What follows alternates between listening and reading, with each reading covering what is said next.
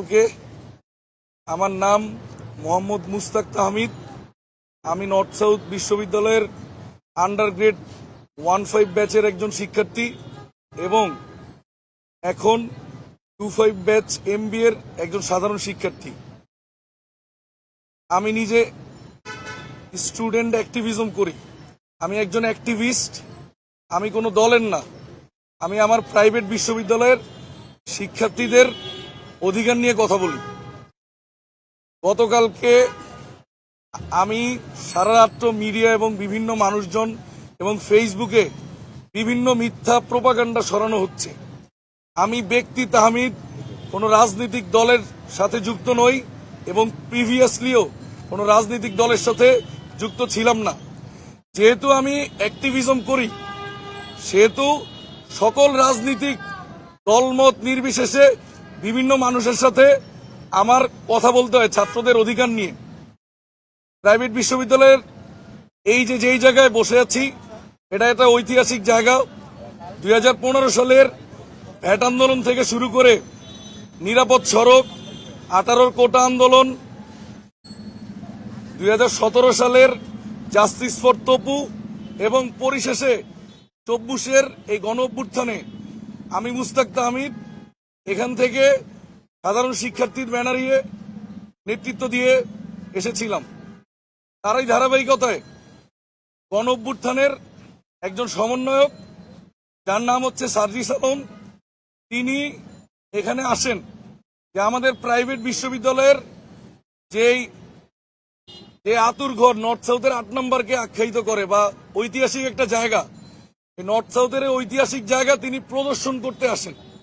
আমি যেহেতু একজন অ্যাক্টিভিস্ট এবং সাধারণ শিক্ষার্থীদের অধিকার নিয়ে আমি কথা বলি সেহেতু ঘাটপাড়ে নর্থ সাউথের 8 নম্বর গেটের সামনে ঘাটপাড়ে জায়গায় সার্জিস আলম চা এবং আড্ডার পরে তাকে নিয়ে কিছু মানুষজন ছাত্রছাত্রীরা এদিকে আসে 8 নম্বর পরিদর্শনের জন্য। আমিও তার পাশাপাশি আসি এবং যখন আমি তাকে বলতে আসি যে এখানে বিভিন্ন দলের মানুষ এখানে এসেছে, প্রাইভেট বিশ্ববিদ্যালয়ের ছাত্রদের যে একটা জায়গা, একত্রিত হওয়ার জায়গা এবং বসুন্ধরা আবাসিক এলাকা একটা প্রাইভেট বিশ্ববিদ্যালয়ের শিক্ষার্থীদের একটা হাব, এই জায়গায় আপনি এতদিন পরে এসেছেন, এই জন্য আপনাকে আমরা আমন্ত্রণ জানাই। প্রতিমধ্যে আমার আসার সময় আমি এখানে এসে লক্ষ্য করি আমি এখানে সবসময় থাকি এবং এখানে আমার 10 বছরের জীবন। এখানে কিছু 3-4টা বিশ্ববিদ্যালয়ের ছাত্র দলের নেতাকর্মীদের অবস্থান এখানে দেখতে পাই। সেখানে আমি আমার নর্থ সাউথ বিশ্ববিদ্যালয়ের ছাত্র দলের ডেজিগনেটেড কাউকে আমি দেখি নাই, কিন্তু নর্থ সাউথ বিশ্ববিদ্যালয়ের ছাত্র দলের আশেপাশে থাকে বা তাদের সাথে চলাফেরা এরকম মানুষজনকে আমরা এখানে দেখতে পাই। তার মধ্যে একজন আহমেদ শাকিল মাশরুফ, তিনি ছাত্রদল নেতা হিসেবে দাবি করেন কিন্তু সে ছাত্রদলের কোনো পোস্টেড না, বাট আহমেদ শাকিল সে একজন পোস্টেড।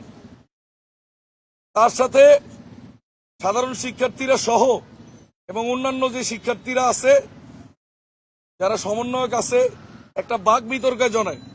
বাক বিতর্কে জড়ার কারণ হচ্ছে আহমেদ শাকিল তার দলবল এবং মানুষজন নিয়ে ঢাবির এগেইনস্টে স্লোগান দিচ্ছিল। আসলে এটা আমার কনসার্ন না। আমার ঢাবির এগেইনস্টে বা ঢাবির পক্ষে বা ঢাবির দালালি চাটুকারিতা করা এটা আমার রক্তে নাই ভাই। আমি প্রাইভেট বিশ্ববিদ্যালয়ে একজন শিক্ষার্থী এবং বাংলাদেশের একটা টপ বিশ্ববিদ্যালয়ে পড়ার আমার সৌভাগ্য হয়েছে এবং এখনো আমি নিয়মিত ছাত্র। সেই হিসাবে বলবো আপনারা অন্যদিকে কথাটা না নিয়ে আমার কথাটা বোঝার চেষ্টা করুন। আমার কথা হচ্ছে আজকে যেমন সারা বাংলাদেশের মানুষজন বলতেছে যে প্রাইভেট বিশ্ববিদ্যালয়ের ছাত্রছাত্রীরা ঢাবির সামনে গিয়ে তারা মাইর খেয়ে এসেছে, এবার যেমন ঢাবিকে ছিছি করা হচ্ছে এবং পাবলিক ইউনিভার্সিটিতে খুব নিচু করে দেখা হচ্ছে। সিমিলারলি আমি একজন স্টুডেন্ট অ্যাক্টিভিস্ট হিসেবে আমি এটাই দেখেছি যে আমার প্রাইভেট বিশ্ববিদ্যালয়ের সামনে যদি কাউকে হিউমিলিয়েশন করা হয় এবং কারো সাথে ব্যক্তিগত আক্রমণ করা হয় তাহলে সেটা আমাদের মতো সাধারণ অ্যাক্টিভিস্ট যারা বা ছাত্র যারা তাদের গায়ের উপর বর্তাবে। এই জন্য আমি উভয় পক্ষকে আপনারা ফুটেজে দেখবেন উভয় পক্ষকে ছাড়ানোর চেষ্টা করছি। এখানে ছাত্র দলের 4-5টা গ্রুপ ছিল, তার মধ্যে আমার পরিচিত 2টা গ্রুপ যারা আমাকে এখানে চিনে এবং আন্দোলন সংগ্রামে যারা আমার সাথে আন্দোলন করছে, তাদের মধ্যে যারা ছিল তারা বোঝানোর চেষ্টা করছে